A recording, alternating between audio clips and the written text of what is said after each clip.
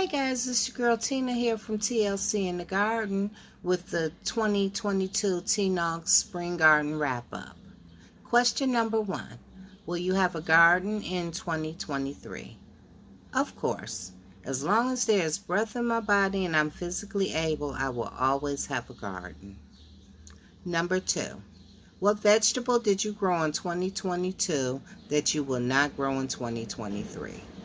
I will always be growing, but the one thing you all know I struggled with is not a vegetable. It is a fruit, and it is those dang blasted struggle bus strawberries. As long as I'm going to be growing here on the balcony, we will not be bothered with those anymore. I will wait until I move back to my homestead in a couple years and we will try those again in ground. But for right now, the strawberries will be out. And you'll see why in a little while. Number 3. What vegetable did I enjoy growing the most in 2022? Now you guys know I always love growing my Swiss chard, but I've also loved growing my bush beans. They have just showed up and showed out, and I just enjoyed growing them and harvesting them immensely. Number 4. One thing that I would not do in my garden in 2023. The one thing I won't, it's not that I won't do it, it's just that I'll change how I'm doing it. And that's, I won't be doing the jade beans or the blue lake bush beans. And I'll be planting way more of the royal burgundy bush beans because I plant them so densely. It's just easier to see the royal burgundy because they're burgundy and they stand out amongst all the green foliage. So it's just easier to see them to harvest. So that's just going to be a change up. And the other thing I'll change up is going to be not doing the micro dwarf strawberries. I mean, not the strawberries, the micro dwarf tomatoes outside. I'll do those indoors because they're so small that they'll actually make very nice house plants, undergrow lights on the tables and everything and on shelves.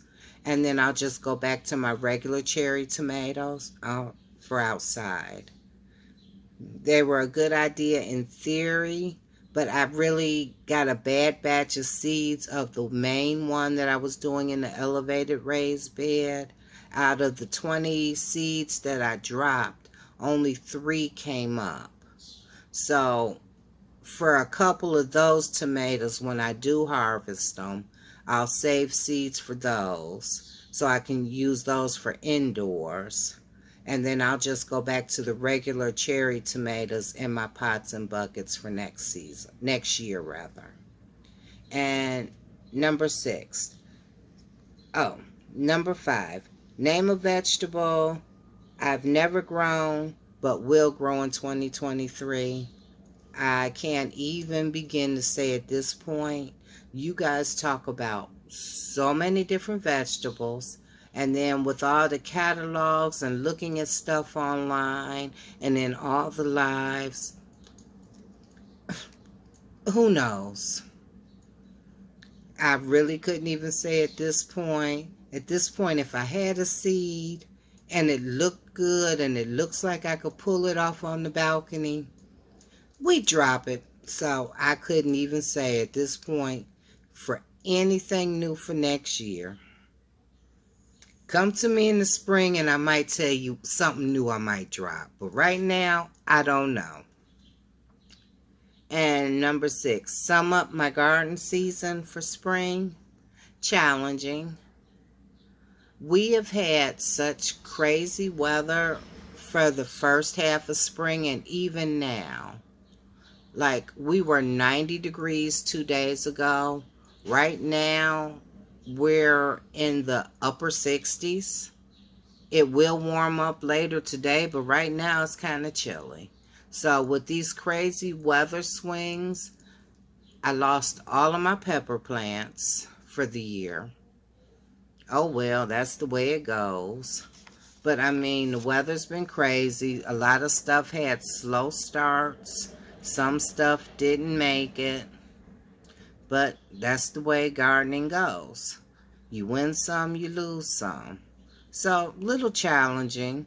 Some stuff was a lot slower than expected. Some stuff is done way better than expected because of the cooler temperatures. So, overall, I'm happy.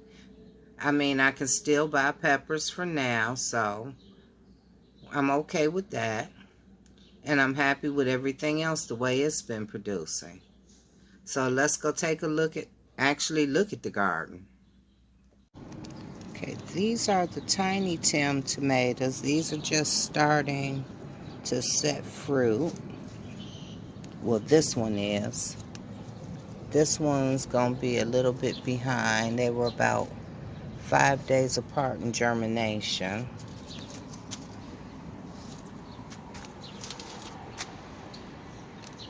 This bag of potatoes is already flowering, so this one will be harvested. This is the first one. This is the second bag of potatoes. And this bag is about 2 weeks old now. These are all the bush beans.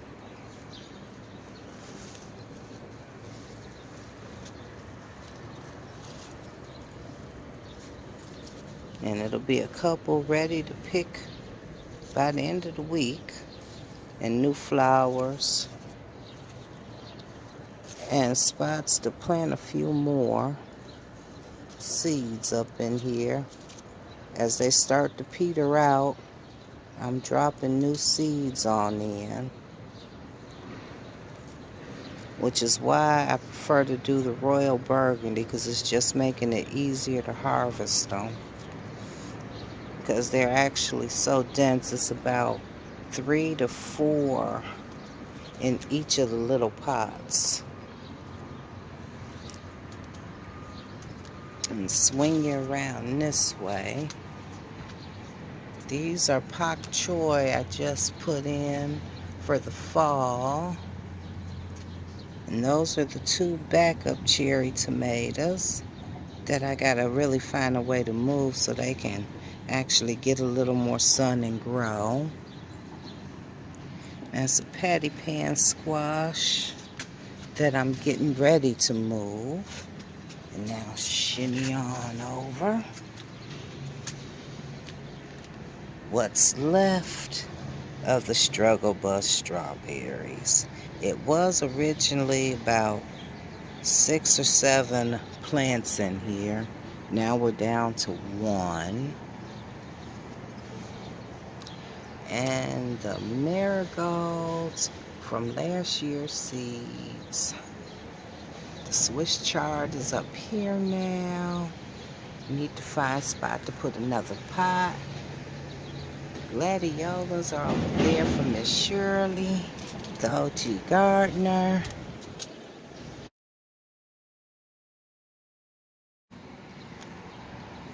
And there are all the sweet potato vines. So hopefully we will get a good harvest out of all of that.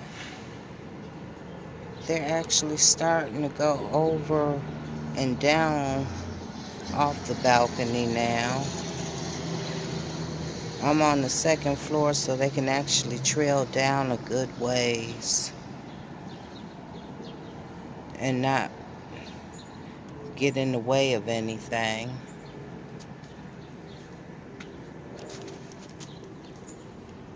And these are the Florida Petites, and they're loaded all throughout here. The plants are packed so densely on the microdwarf, and they stay really tiny, so I'll actually be able to do them in about 1-gallon size pots in the house. And they just grow so slow.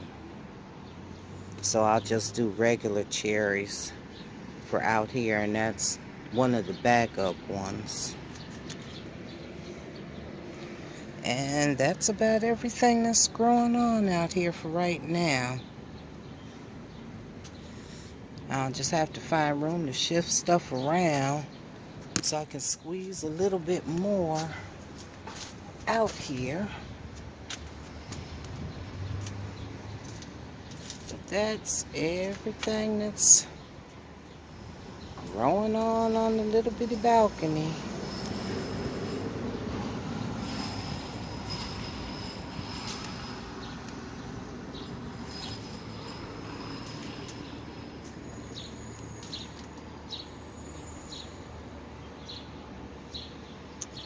And thanks for watching, guys. Don't forget to like and subscribe. Talk to you later. Bye, family.